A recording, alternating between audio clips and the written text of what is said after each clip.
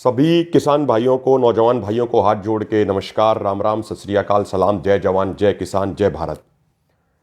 मेरे भाइयों, आज संयुक्त किसान मोर्चा की नेशनल लेवल की एक बहुत बड़ी मीटिंग हुई जिसमें सभी किसान नेताओं ने भाग लिया और इस मीटिंग में आगामी रणनीति बनाई गई आंदोलन की और कई बड़े फैसले लिए गए।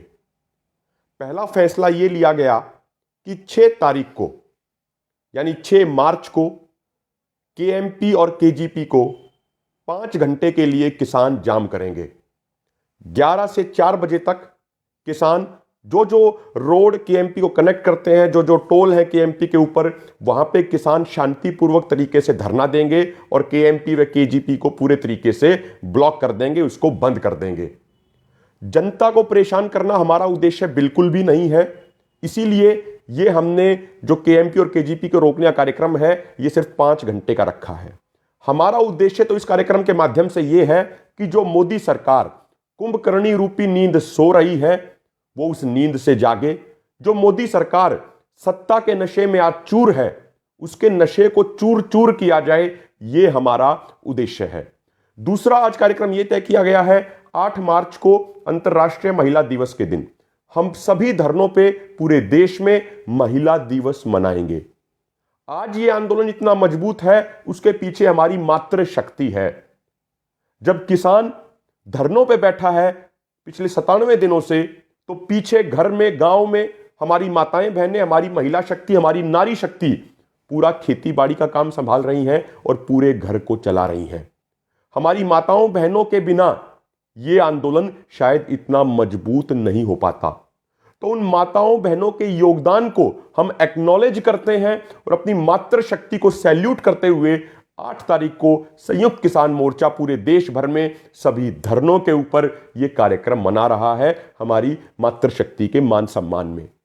तीसरी बात यह तय की गई है कि 12 मार्च को कलकत्ता में संयुक्त किसान मोर्चा के नेता जाएंगे और वहां के लोकल संगठनों ने एक बहुत बड़ी रैली का आयोजन किया है किसानों और मजदूरों के समर्थन में। यह पूरे तरीके से नॉन पॉलिटिकल है, गैर राजनीतिक है। वहां पे हमारे नेता किसानों और मजदूरों को जगाएंगे और आह्वान करेंगे उनसे कि जो भारतीय जनता पार्टी किसानों के ऊपर 3 काले कानून जबरदस्ती थोप रही है, जो भारतीय जनता पार्टी किसानों के लिए एमएसपी गारंटी कानून नहीं बना रही है, जो भारतीय जनता पार्टी किसानों की शहादत का मजाक उड़ा रही है, उस भारतीय जनता पार्टी को सबक सिखाने का समय आ गया है। और आगामी चुनावों में जो 5 राज्यों में चुनाव होने हैं, उन चुनावों में हमारे किसान भाई, हमारे नौजवान भाई, हमारे मजदूर भाई भारतीय जनता पार्टी को वोट बिल्कुल भी ना डालें।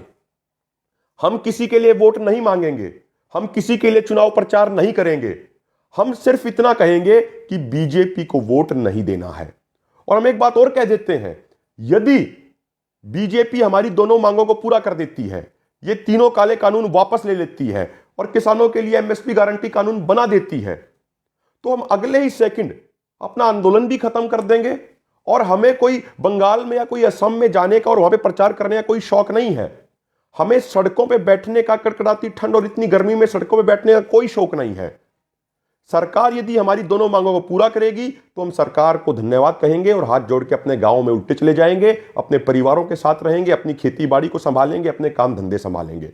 लेकिन यदि ये भारतीय जनता पार्टी इसी तरीके का रुख रखेगी किसानों के प्रति, नौजवानों के प्रति, समाज के प्रति, तो ये समाज मिलके ऐसी राजनीतिक पार्टियों की जड़ों को उखाड़ फेंकने का काम करेगा। और एक और बात हम कहना चाहते हैं, ये भारतीय जनता पार्टी के मंत्री, अधिकारी, सरकार के जो आईएएस अधिकारी हैं, मंत्री हैं, ये 11 दौर की बैठकों में किसान नेताओं को ये नहीं समझा पाए कि ये कानून किस तरीके से अच्छे हैं, जबकि किसान नेताओं ने ये साफ कर दिया, सरकार के सामने एक एक पॉइंट खोल के रख दिया कि किस तरीके से 3 काले कानून किसानों के लिए मौत के फरमान हैं। हमने बताया कि किसानों के लिए एमएसपी गारंटी कानून क्यों जरूरी है। और जब हमारे किसान नेता विज्ञान भवन में बातें रखते थे तो न सरकार के मंत्रियों के पास कोई जवाब होता था, न सरकार के अधिकारियों के पास जवाब होता था। अब ये भारतीय जनता पार्टी की सरकार क्या कर रही है, ये कह रहे हैं कि ये गांव गांव में जाएंगे और किसानों को इन कानूनों के फायदे समझाएंगे।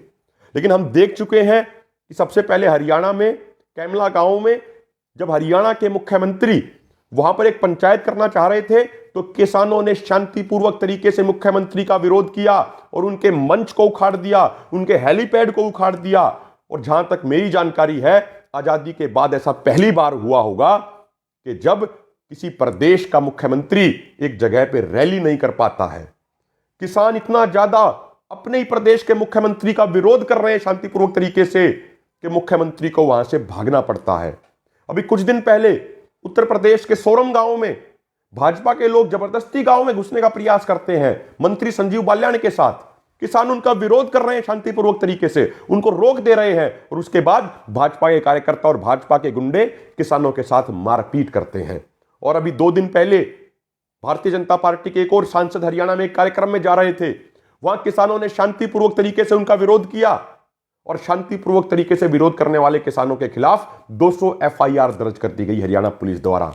हम ये कहना चाहते हैं प्रशासन से, चाहे वो 2 लाख एफआईआर दर्ज कर दे, ये किसान ना तो दबेगा, ना ये किसान डरेगा, ना ये किसान झुकेगा, ना ये किसान पीछे हटेगा। जितना हमें दबाने का प्रयास किया जाएगा, हम उतना ही अधिक मजबूत होकर सामने आएंगे। और एक अंतिम बात आपको कहना चाहते हैं, अभी 1 दिन पहले कुछ गलत तरह के लोगों ने हरियाणा में रहबरे आजम दीनबंधु छोटूराम जी की मूर्ति को तोड़ दिया। ये इस तरह के लोग, गलत तरह के लोग समाज में नफरत फैलाने का प्रयास कर रहे हैं।